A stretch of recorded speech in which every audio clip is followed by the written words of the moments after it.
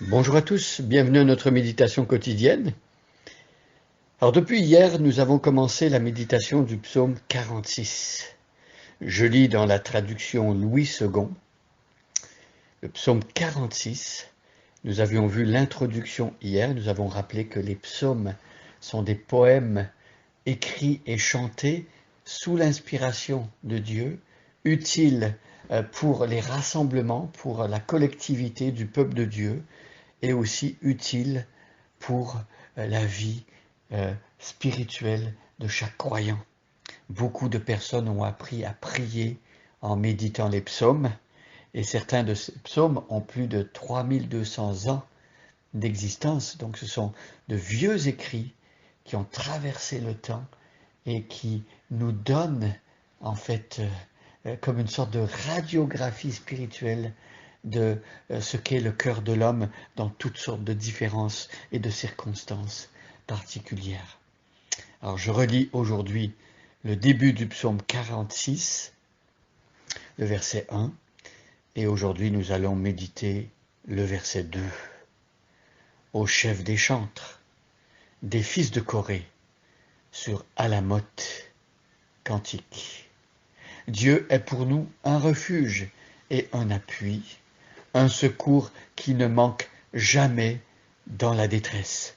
Alors nous avions vu hier à quel point l'auteur de ce psaume, qui avait certainement été menacé, qui a certainement vécu des circonstances difficiles, a pu expérimenter, et il en parle avec assurance, il a pu savoir dans la partie la plus intime de son être que Dieu de fait est ce Dieu qui est un secours, qui est un refuge et qui est un appui, et cet appui ne risque pas de nous manquer. Cet appui est permanent, et Dieu est toujours là, et on peut toujours faire appel à lui. C'était le verset 11 que nous avions vu hier. Maintenant, regardons de plus près le verset 2. C'est pourquoi nous sommes sans crainte quand la terre est bouleversée et que les montagnes chancellent au cœur des mers. Alors ici, l'auteur du psaume, un des fils de Corée, tire une conclusion pratique des vérités qu'il vient de découvrir ou qu'il nous transmet. Puisque Dieu est un appui, puisqu'il est un secours, puisqu'il est un refuge, alors quelle doit être notre réaction? Quel impact cette vérité doit-elle avoir sur notre vie personnelle? Eh bien ici, le texte nous dit que, étant donné que Dieu est tout cela pour nous, et je prie que vous puissiez prendre conscience et découvrir que, en fait, il est effectivement tout cela pour nous. Refuge, appui et secours. Eh bien, puisque c'est comme cela, le texte ici nous dit que nous sommes sans crainte quand la terre est bouleversée.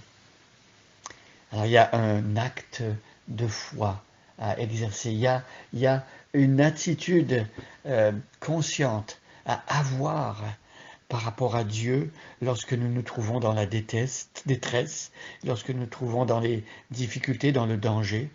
C'est de volontairement prendre Dieu comme refuge, croire qu'il est un secours et s'appuyer fortement sur lui. Et ainsi donc, nous pourrons dire, comme le psalmiste ici dans le psaume 46, c'est pourquoi nous sommes sans crainte quand la terre est bouleversée. Alors le réflexe naturel d'une personne qui voit son environnement bouleversé, qui voit comme le sol se dérober sous ses pieds, eh bien l'attitude naturelle c'est d'être dans la crainte, bien sûr. Alors comment pouvons-nous être sans crainte quand la terre est bouleversée?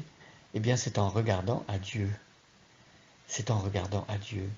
Ce texte me rappelle une situation particulière dans la vie des apôtres.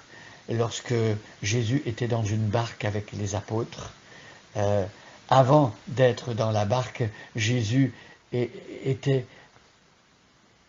allé à la rencontre de ses apôtres qui étaient au milieu de la tempête. Il avait marché sur les eaux. Et lorsque les apôtres ont vu la silhouette de loin arriver et marcher sur les eaux, ils ont pris peur, ils avaient encore plus peur. Et là, l'apôtre Pierre, qui a vu Jésus, il a dit, si c'est bien toi, Maître, ordonne que j'aille à ta rencontre. Et Pierre, effectivement, a pu marcher un petit bout sur les eaux. Et tant qu'il regarda Jésus, il est en sécurité.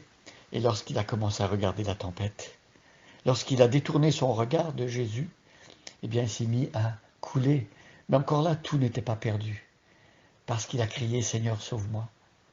Et Jésus lui a tendu la main et l'a sorti de l'eau dans laquelle il était en train de se noyer.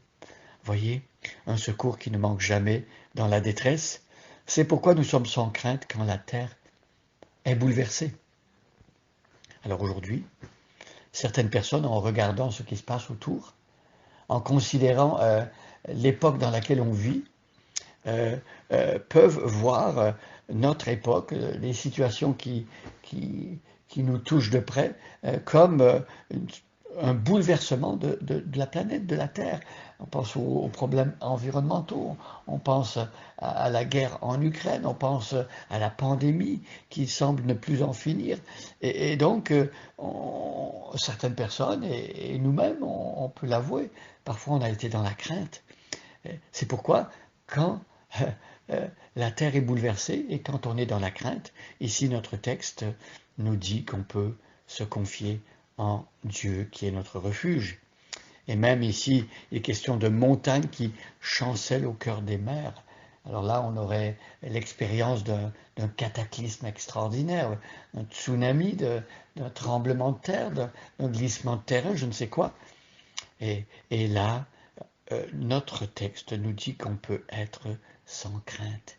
Ça tient du miracle, évidemment, parce que c'est Dieu qui donne cette paix qui surpasse toute intelligence. L'Épître aux Philippiens nous dit faites connaître à Dieu vos besoins par des prières, des supplications et des actions de grâce, et le Dieu de paix vous donnera une paix qui surpasse toute intelligence, pour que votre cœur et vos pensées soient gardés en Jésus-Christ. Voyez, Dieu est capable de donner une paix inexplicable, incompréhensible, au milieu des situations les plus terribles. Donc, ne vous privez pas aujourd'hui de vous tourner vers Dieu, de prendre Jésus comme refuge, de vous abriter, de vous blottir dans ses bras d'amour et de croire qu'il est tout cela pour vous. Et donc, lorsque la tempête arrivera, vous pourrez vous tourner vers lui et vous pourrez expérimenter ce que le psalmiste est en train de nous dire ici, qu'il y a une paix pour les croyants, les disciples de Jésus. Il y a une paix possible, même au cœur des plus terribles événements. Bonne journée à chacun et à chacune, et soyez bénis.